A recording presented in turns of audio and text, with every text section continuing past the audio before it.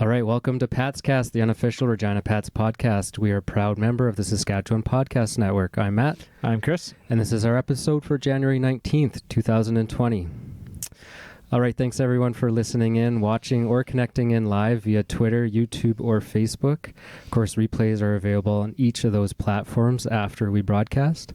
And remember to follow us on Twitter or Instagram. Regina Pats podcast. We are a proud member of the Saskatchewan Podcast Network. I'm Matt. I'm Chris. And this is our episode for January 19th, 2020.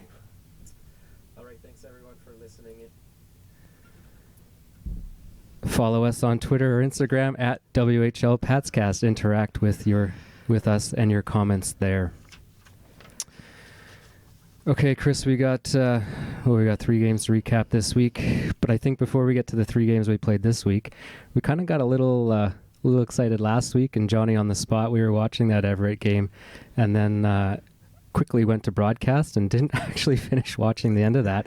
Yeah, and there was a lot that went on there. We saw the empty netter, and we're like, okay, yeah, it's time to let's get this show on the road, and we totally missed what happened after. Absolutely, there was a lot that happened in the last few minutes. So probably most significant was that a little bit of a line brawl that happened. Unfortunately, Mackay Mitchell kind of got himself put in a vulnerable position there with I think the linesman kind of got in the way.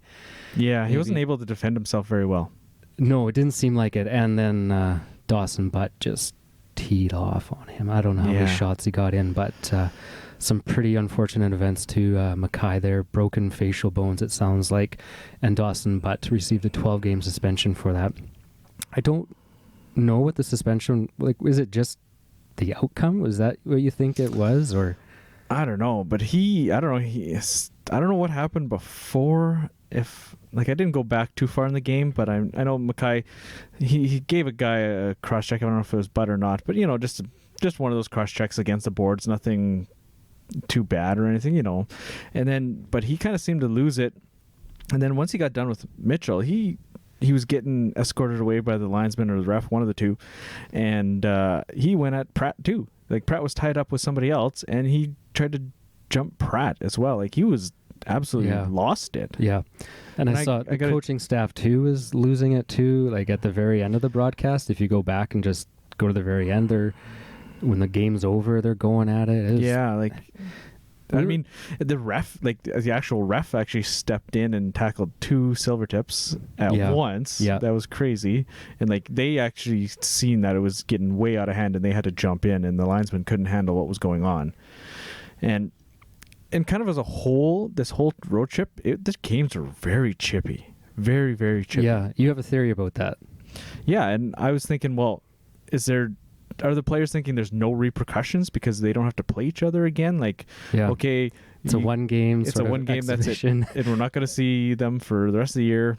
And I don't think it's that those teams are inherently maybe more violent, but you're right. It was just game one, teams there shouldn't be a history, but now I think there might be with Everett. Well, I don't know how long that'll carry on. Well, okay, so you look at Tri-City, Walker takes that knee, and then Everett, that happens. Then Seattle, a minute into the game, there was almost a fight. Yep. Okay, what's going on here? The Portland game. Okay, the Portland game wasn't chippy really at all. No. And then, the score maybe dictated that. Yeah, I think so.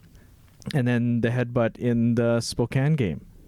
Yeah. It's 6-1 and the guy's headbutting guys. Right. What are you doing? Yeah. So, I don't know. I was very confused by the chippiness of this, because we haven't seen, how many fights have we seen before this trip? Dirty play, you don't see a lot. You don't see the chippiness, and maybe you're right. Yeah. It is just, there isn't the repercussion. It's you get the one shot in, and you don't have to maybe keep your head or looking behind your back through the whole season. Yeah. I don't know, but even Phil commented, and I've watched some games down the States. They do react different. The fans they do react differently to fights. It's like everyone's waiting for it.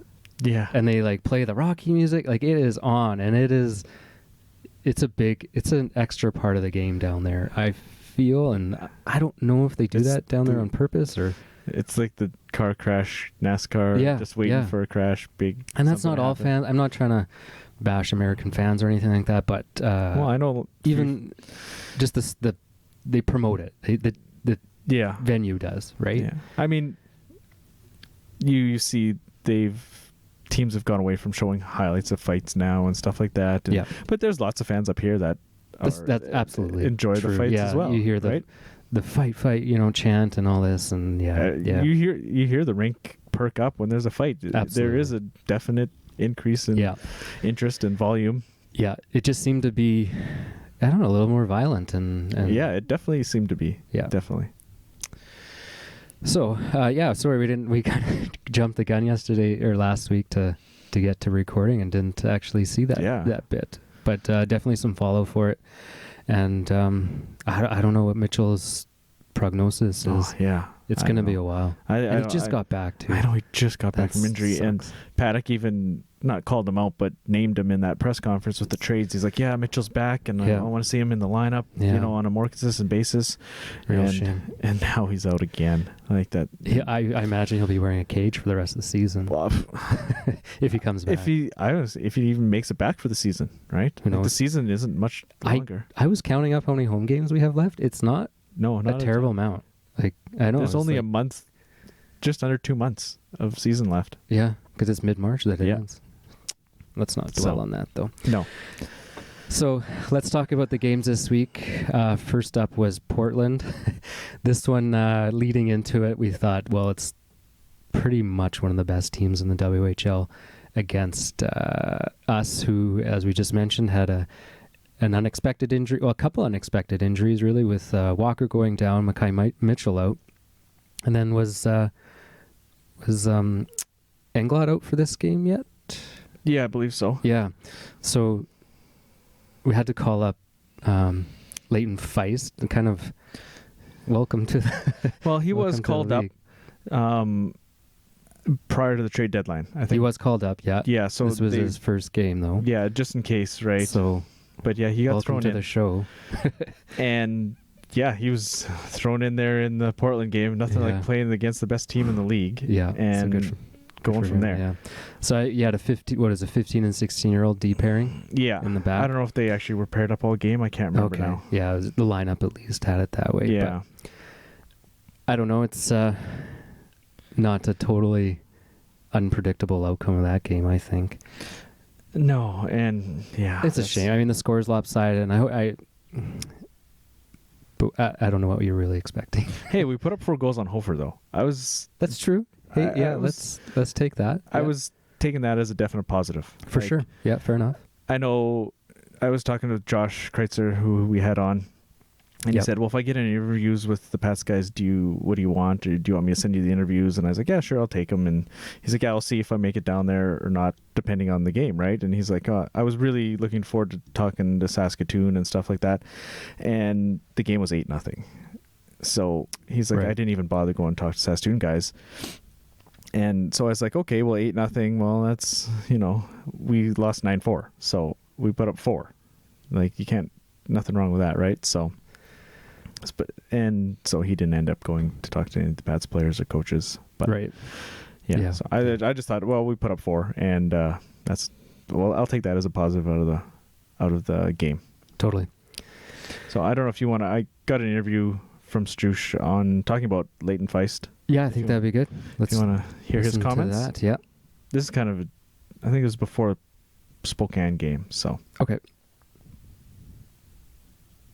Feist, and he's been impressive, hasn't he? He's been fantastic. I mean, for us, having only seen him, training camp a little bit there, as a coaching staff, as an organization, the stuff he's done against some good teams and some tough buildings to play has been remarkable. With and without the puck. I mean, he's made a lot of mistakes for sure, but they're mistakes that he made by having the courage to try things, and that's what we need from a kid who was drafted in the first round. So that makes him a special player for us, and it looks good for the future. So nice comments from Strush there on Feist. Honestly, I tried to watch him during the game and didn't get a good sense in that Portland game. Yeah. I'm sitting at home. I kind of get distracted. I don't pay as close attention to the games like we're It's harder, because you see what the camera sees. You don't always necessarily get to watch what you want to watch, because if it was at home, I would really focus in on him, right? And try and watch it. Yeah, but, you can kind of see him away from the puck, what he's doing otherwise, like, and stuff like that. But yeah, and it's late at night too. I was kind of just sitting there. I didn't. These were some late ones. That was a tough one. I didn't stay up for the whole thing, to be honest. But I mean, you can look at the score but not a horrible or unexpected outcome, I think. So next was in Seattle, and actually we got Josh Paulus up for that game. Kind of nice to see him. We both were really impressed with him in training camp and preseason, so nice for him to get a chance. I guess it's kind of under unfortunate circumstances, but good for him to get up. And hey, he got a goal in his first game. Yeah. I almost thought I've been thinking about this lately. Like, should he have been up here instead of Stanek? Like, I have nothing against Stanek, but being a 16-year-old, has he contributed that much? Has he played that much? But again, I got another interview with Strush here to go on Paulus, and they've really liked his game. You know, he is older. I mean, he's been playing junior. Like, he's playing against not the same competition, but similar age groups, right? He's playing against older guys, bigger guys. So I think maybe he was a better fit for this team. But I mean, it's here nor there. Like, but yeah, he looked good out there. I thought he got some decent ice. Absolutely. Yeah, I mean, it was a good opportunity for him with, again, because of injuries and whatnot, but good to see him out there, and he didn't look out of place. No, not at all. Another person who didn't look out of place was Busky. He was inconsistent, I thought. Okay. In this Seattle game, they had lots of chances early. They missed some open nets. He looked really good in that Tri-City game. Okay. I thought. The Seattle game, I thought he did not look good. Okay. Like, I think they were lucky to get out of that first period in Seattle, only giving up one goal. That's what I've got written down in my notes. Like, they had some really good chances, and I had that written under the Spokane game, but yeah. Fair enough. Fair. I wouldn't. Yeah. Like, I was really impressed with the Tri-City game, even though we lost and gave up how many ever goals. But I thought he was the best player that night as a whole. I thought he looked decent in some of the Spokane game, at least, until things kind of unraveled there. Off, but and then Bellick got in as well. In the Spokane game. Yeah. So and Phil even threw it out there. He said he wanted to maybe see him start Bellick. Yeah, why not? Why not? If he was there. Yeah. Well, he was battling a bit of an injury too, though. Yes. So I was kind of surprised to see him play. The keeper was on the lineup on the Pats Twitter lineup, but on the actual for the Spokane game. For the Spokane game, yeah. Oh. So because Bellick was injured, right? Yeah. So he must have been with the team, because they're not going to bring him out to Spokane to back up one game. No. So he must have been with the team recovering whatever they probably the deal was. Brought all three, maybe sent keeper back. Yeah. Early. And so then actually went back and looked at Phil's lineup once Bellick got in, and the actual game sheet shows Bellick in. So I was a little surprised to see him, because, you know, I thought, well, he'd just be wherever, rehabbing or getting healthy or doing whatever. Yeah. And all of a sudden he's in the game in the third period. I thought, okay, here comes keeper, but no, it was Bellick instead. So you said you got an interview with Strush on Paulus. Okay. If we want to let's cue that one up. I know Paul scores the goal, and that's maybe the big thing, but he was pretty impressive, wasn't he, his first game? He's not scared out there. No, you know what's the important thing there is, and I know we've talked about it, is the fact that he's playing junior hockey. He's playing against men, the older players in that league, they're men right now, 19, 20-year-olds. So his ability to play at that level gives us the advantage, and him the advantage coming here and playing at this level. So we knew he was a worker. We knew he didn't lack courage, and he showed that the other night, and he got some good ice. He's going to get the same opportunities here tonight. Awesome. Yeah, so, I mean, same things we're kind of seeing. It would be nice to see some more of him, actually. Yeah, that definitely. Maybe going forward we will. Anything else you want to say about the Spokane game? They had some nice jerseys. I like those military appreciation jerseys. Yeah, I was wondering. I asked you, is it because I was looking at it, I'm like, is that camo? Is it a military appreciation game? Why now? Like in the middle of January? Okay, well, yeah, I have no idea why, but then Toronto was doing it too on Saturday night. Yeah, you're the right. Maple Leafs. Yeah. So I have no idea why it's happening it's not now in January. No, yeah. Or something, yeah. I don't know. Either way, but so I even looked online just to see how they were auctioning them off. Yeah. And it was a blind auction.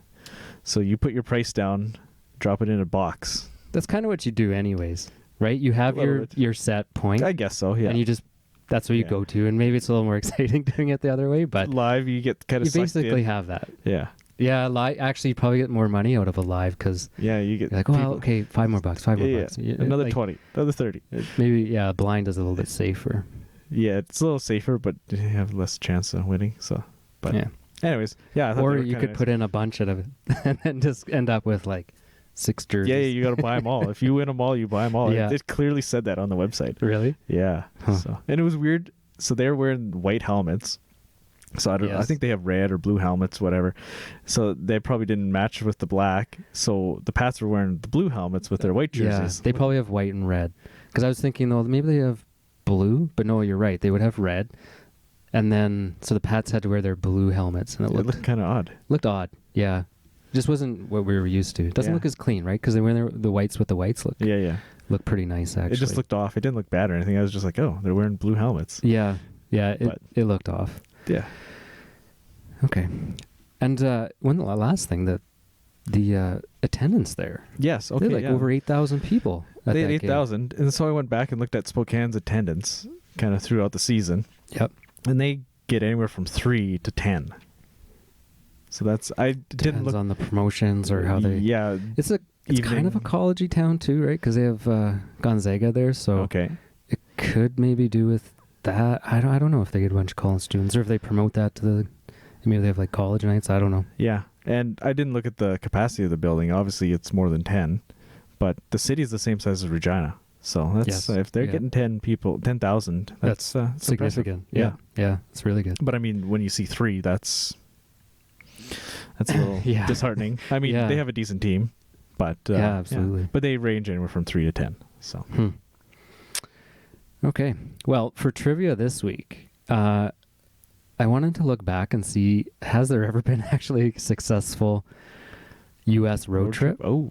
So I did find one. So I'll let you think about, and these you got to think about when these teams actually came into existence and when the road trips and the this. Now, Kevin, I'm sure, would have much better statistics than I could find, but the WHL website only goes back to 97, and they didn't have the same. Like, and that at one point they were doing actually it every year. And then one year they went back to this alternating. Yeah. So there's only really 20 years of history there.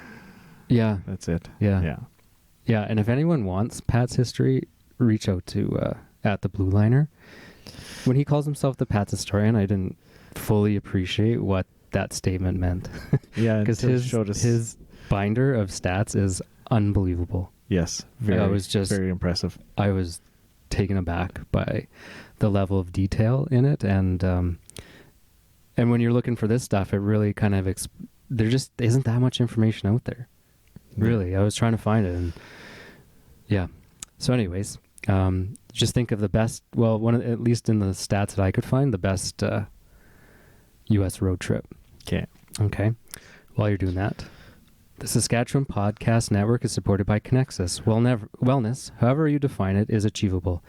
You don't even need to figure it out all yourself. Talk to Connexus. They'll give you guidance, motivation, and the push you need to reach your goals. They've got you. They're your financial partner, and they know you can achieve your very best, your financial best. Prove them right. Start it right at Connexus Credit Union. So, in 2001, 2002, and this must have been before Everett was there, they actually did a sweep. 4 for 4. They beat Spokane 7-1, Tri-Cities 2-1, Seattle 7-1, and Portland 4-3. And this was only a 40-win team, so it wasn't like... That was the year after the Memorial Cup. Wasn't the best team, and even the year we had 52 wins, they didn't do too shit. Did they go to the U.S.? I don't know, actually. I forget. For some reason, I think they went to BC that year. Well, I guess 19 they went to US. It was the year after. It was the year after they did. Yeah. Or year before. Well, it would be both, but yeah, it wasn't the year of. Yeah. So anyway, yeah, they've had. Otherwise, it's basically not very successful road trip. Yeah. I looked through. It was. Did you look through the BC splits? road trips too? No, I didn't do that. I was just looking at the US. Yeah, okay. I can do that. Or maybe Kevin can do that for us. Yeah. Okay, well, it's nice the guys are coming home. They have a bit of a break here leading into this Lethbridge game on Friday. We haven't seen a lot of Lethbridge lately. Actually, both these teams were playing Lethbridge and the Blades. Blades, this is our first game playing them all season. Yeah, that's crazy. It's the end of unbelievable. January. Yeah, it's just bizarre. A division rival. Yeah, so now they must be crammed in there in the next 2 months. 6 games, I assume, we play against them. We probably won't play the 8 against them this year. Right, yeah. But still, it's bizarre not to play them until end of January. Mid to late January, yeah.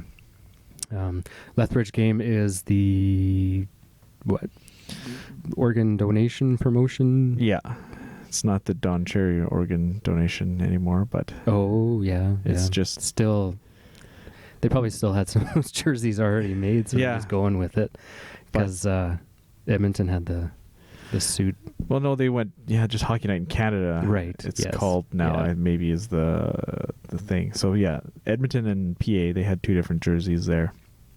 So I wonder what we're going to be rocking on Friday. Yeah, and those are up for auction starting Wednesday, I think. Oh, really? Said. Oh, okay. Yeah, on whatever that website is, 32auctions.com. Oh, yeah. So Lethbridge coming in is, where are they sitting here? 26 and 11, they're third in the Central. I mean, you look at that Central Division. 3rd place in the Central Division is nothing to shake your head at. Nope. They'd be the top team in the East. Absolutely. Yeah. So, and they're 6-2 and 2 in the past 10, so they're doing all right. And they got Ocular and Cousins back from World Juniors and Addison. Yeah. So, if anything, some decent players to see there. Yeah. If they're all playing. And then, our first game against Saskatoon. Saskatoon, like we were saying last week, kind of looking for an identity. We don't really know what they're going for right now, sitting in the last wildcard spot with 47 points. Yeah, they're pretty comfy there. They would really have to go under free fall to lose out of the playoffs there. They're 7-3 in their past 10. But I don't see them making a lot of gains either. I think they just kind of hold steady, get into the last wild card spot, and Calgary's 2 points ahead of them, and then Brandon's another 2 points ahead of Calgary. So and Brandon's the hottest team right now. They're 9-1. Yes, they've really on a roll. Yeah, they really are. Between them and Winnipeg, Winnipeg's 8-2 in the past 10. So that's really taken. I had no idea Winnipeg was going to be this good. I had not a clue. I didn't expect this good. I did expect them not to be the worst. I expected a step up from last year when they were in Kootenay, but they've really they've looked good lately. I guess getting Peyton Krebs back. Yeah, I didn't know how, but I mean they were decent before that, and then he's just added that extra. That's true. Yeah, he's like a big trade for them, right? He's an excellent player. We've seen that many times here already. Yeah. Well, I guess that gets into our next talk. Or anything you want to say about Lethbridge or Saskatoon? Yeah, nothing not really. in particular. Yeah. No. What are you predicting? Can we get 1 point out of these 2 games? A point? Yeah. A point? Sure. Let's go with that. Yeah, Lethbridge is going to be tough. Saskatoon, we could maybe wiggle a point, or maybe 2 out of Saskatoon. Yeah. We haven't seen them yet, but we'll see what happens. Yeah, so let's talk about the rest of the league as we were kind of getting into here. So the dust is starting to settle after a fairly big trade week. Hey? Yeah, it's all kind of shaken out. And Max Paddock's rolling there in PA. Yeah, which is so awesome to see. First 3 games, 3 starts, 3 wins, 3 first stars. Yeah. Now they did lose to Red Deer last night in overtime, but which is unfortunate because we're trying to catch Red Deer. We want to stay out of those bottom 3 spots. Yeah, so speaking of the bottom 3 spots, you've got, my fear is, so we have Swift Current's pick, right? So that's why those games against Swift Current were so big. You want to keep them down. Yeah. Because you want their first overall pick in this upcoming draft. It's not guaranteed, right? It's a but yes, you're right. Yeah. But but you want them in the bottom 3, which you want the bottom 3 for sure. Yeah. They should stay down there. Now, Moose Jaw, they're in just a free fall here. Yeah, they're 1-9 again. They're only 2 points up on Swift. I know. Like, I mean, they've replaced their coach. Traded away their best player, their goalie. So you don't expect much from them. I don't know if we have many games against them anymore. Yeah, I'm not sure. That'd be nice. Well. Yeah. But I wanted to look at, so when you compare the East versus West, so Regina, we're sitting at 31 points and we're 2 out of a wild card spot. But when you look at the Western wild card, you have Seattle with 39. So 39 points, that is. So their last wild card is 8 points ahead of us. Yeah, that's reachable for the Pats. Yeah, no kidding, right? And then you look at the Eastern wild card, Saskatoon's 47, so 16 points. That's a little it's unreachable. Double. Yeah, it's tough. The East is a little tougher, right? It's it is just the way it is. It's just the imbalance, unfortunately. Yeah. Like there's not much you can do about it. It just kind of sucks. Something I was noticing. You said. I think there's a little, and what I've heard is there's kind of a little reward for the first team that doesn't make the playoffs in the East Conference. So right near Red Deer might get a little incentive. Like how much incentive? I have no idea how much it is, but there's some monetary, not incentive, but concession because they don't make the playoffs because of the imbalanced conferences. So I don't know what kind of value we're talking about, but it is there. That'd be interesting. Yeah. So anyways, I'm starting to see kind of the cream rise to the top here. It took a little longer than usual, but the way I'm seeing it is Edmonton and Portland, I would say, are kind of that top tier, right? I'd even put Kamloops in there. Would you? Yeah. I mean, they're not. I had them in the next. You're in the next tier. So you have like 1 and then maybe 1B. You have Kamloops, PA, maybe Winnipeg kind of proven themselves in there. Everett had a bit of a slip, but they've struggling lately. If they can get back things going, and then they'll be. And then you got teams like Brandon, 9-0 streak. That's nothing to shake a stick at if they can get hot. Their goaltender's playing fantastic. Yeah. He had a bunch of shutouts there. Yeah, it was like 3 in the last. I don't know how many starts. Or something. Unbelievable. 5 or 6, So I was starting to see things heat up after the trade deadline, and there's no one team kind of like the PA of last year. This year there's a few teams, which is good. It's more exciting. Yeah. Now if and the thing we were with Rod Peterson, we were talking about how to get grow the dub, and that's what I think they need to do is we subscribe to the WHL package, but they just need to make it more readily available that when you come home you can just turn it on, like I do with the NHL now. Because there's so many good games that if it was just easier, and right now I have to sit in front of my laptop. I just want to be able to sit on the couch, not have to fuck around with wires and streaming and casting and all this shit. I just wanted to turn it on and it just work. Whether it's an app or whatever they do, I don't know. But if they want to get some more interest in the league, that's where I think you need to do it. WHL Live is proven to be okay this season, at least. It's the quality been reliable and the quality is coming up. And there's no audio issues that I've found, on the away audio. Yep. Yeah, it's been it used to be the sync was off. Sometimes there was both coming in at the same time. So they've kind of resolved that. Things gotten better. Now just make it easier, less barriers. Just on. Yeah. And then I think that'd be awesome. And I would consume way more WHL. But right now, just that, just when you're cooking supper or sitting around and you just want to turn something on, and you don't want to spend a bunch of time screwing around, right? Yeah. So that's my feeling. That's your rant of the day. Yeah. Yeah. I mean, we'll see what happens next year with possibly a new provider. Maybe a new provider will become new technology, a new platform. I don't expect TV coverage, straight up TV channel. I think that's not going to happen. No. Yeah. I think Spokane had a TV broadcast going that evening. Because they actually had they had that coach interview at the TV timeout, which are, I think, absolutely useless. It's dumb. I'm pretty sure every coach gets annoyed by those. Right at the 10? Yeah. Oh, at the TV timeout. Yeah. Yeah, they interviewed Viveros. Just some stupid question. On the bench or whatever, yeah. Yeah. But actually, going back to that Spokane game, one thing I did forget to mention, it's pretty cool. So Ty Smith, he's the captain of Spokane, and his brother is Zach Smith. And so Zach went out and did the pregame ceremonial face-off.